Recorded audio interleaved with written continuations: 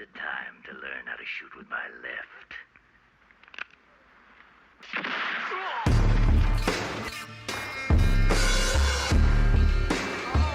Who has time to properly research all the goings-on in the world?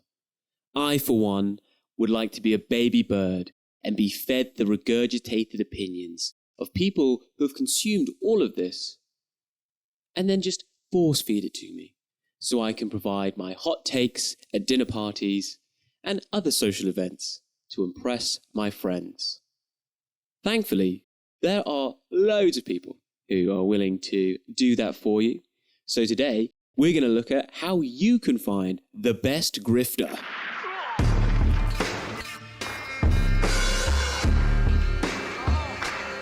Now, a lot has already been said on grifters. We use the term derogatory to suggest that these people who are giving you the opinions and analysis aren't doing so genuinely.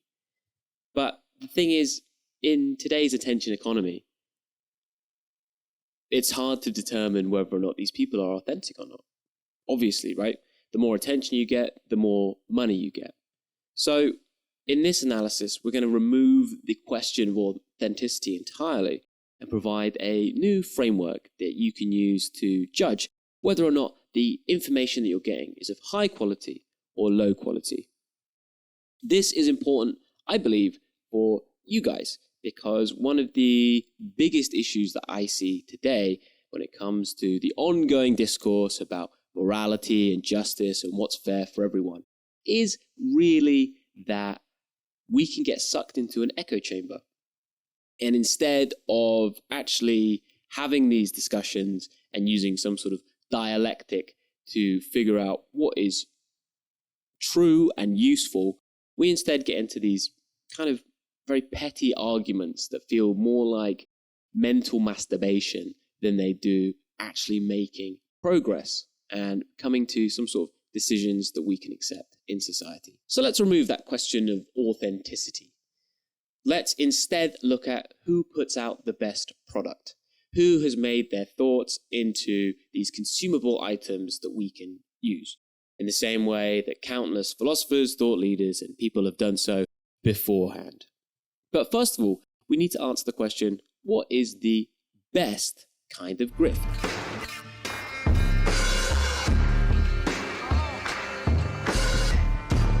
To me, there are three flavors of grift that you, myself, and everyone on the internet tends to enjoy.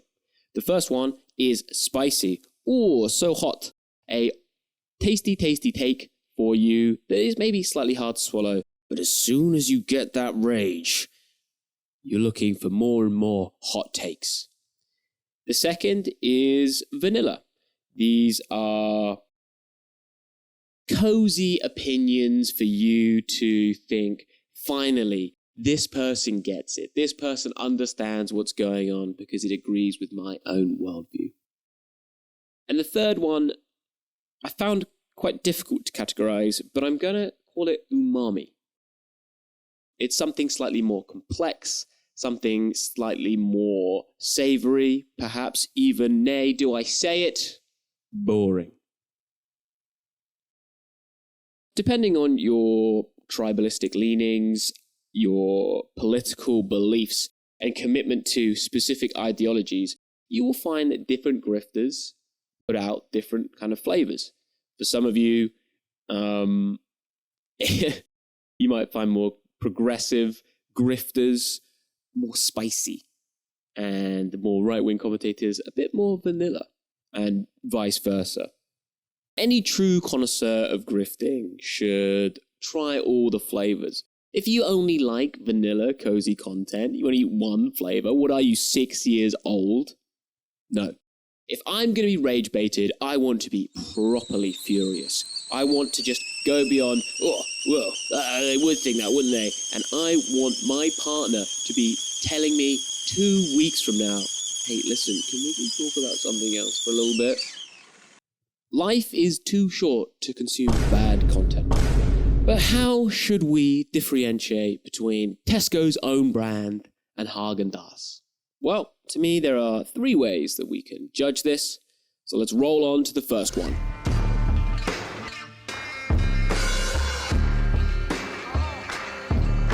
Like any lover of pleasure, I enjoy various different positions. But let's do an experiment. How many of the grifters who you enjoy actually state their position outright? They provide some sort of framework that says, okay, when I see, say, a news story, here are the criteria by which I'm judging it. Very few. Most of them are content to flip-flop between what's going on between their base, the people who they're appealing to. And that's part of the reason why you get stuck in these echo chambers, because we're not really having a discussion of sorts. It's all too vanilla. It's cozy for you because you believe in the things that you believe, and they are simply just stating what you want to hear.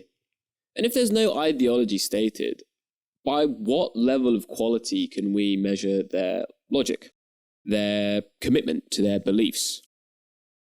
To properly engage with the art of their grift, what are they trying to do?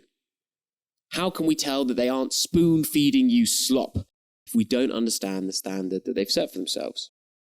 For me, if I'm in a vanilla kind of mood, how am I supposed to get that deep sense of comfort if I don't explicitly know that the person I'm listening to doesn't align with my own core beliefs? So the first metric by how we should judge grifters is explicitly how they state their opinion. And level 1 for this is make us guess. Like so many of these people, they broadly align themselves with words like progressive or liberal or alt-right. But they don't give us a true indication of what that means. If you look at any political compass,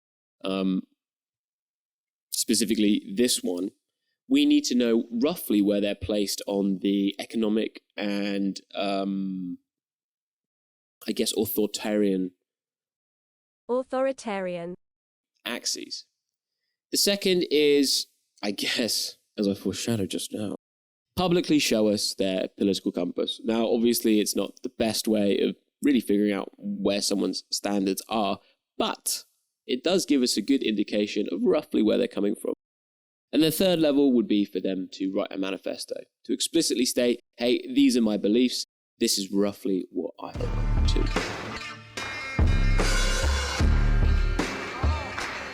Now, the second aspect, again, this feels so obvious, but you see so few people doing it, and it's the research. Literally anyone can shit out an opinion. If I want to hear a poorly constructed, emotionally driven, loudly shouted idea, I can just go to the pub, or indeed most of the Discord forums out there. So let's hold our grifters to a higher standard and ask for the basic level of where did you get this information from? Then we can go and look at the sources themselves and check out if they are just using hyperbole to get us emotionally connected to being angry at, I don't know, immigrants or trans people. Most of these people didn't even go to school for journalism or philosophy or anything like that. They're just here for entertainment. And if you want entertainment, that's fine. But what's the difference between going to see a bad movie and a well-made movie? I should say, instead of bad, let's go for like poorly constructed, you know. I'm coming to a grifter to have quite complex situations and ideas simplified for me. So our second metric is how they've done their research. And level 1 is randomly spew facts and figures without letting us know where they've got them. Level 2 is to actually cite their source. Oh my goodness, can you believe someone citing their source? So again, we can go and look at the research themselves. And then level 3 would be to show how they've engaged with the research. For example, if there is a paper that's been put out or some sort of like statistical analysis of a situation, do they actually go in? Do they show us how they engage with that? Do they try and pick holes in the argument presented by the paper? So for example, hey, this statistical study says one thing, but it was done only on 100 participants in this specific demographic of people.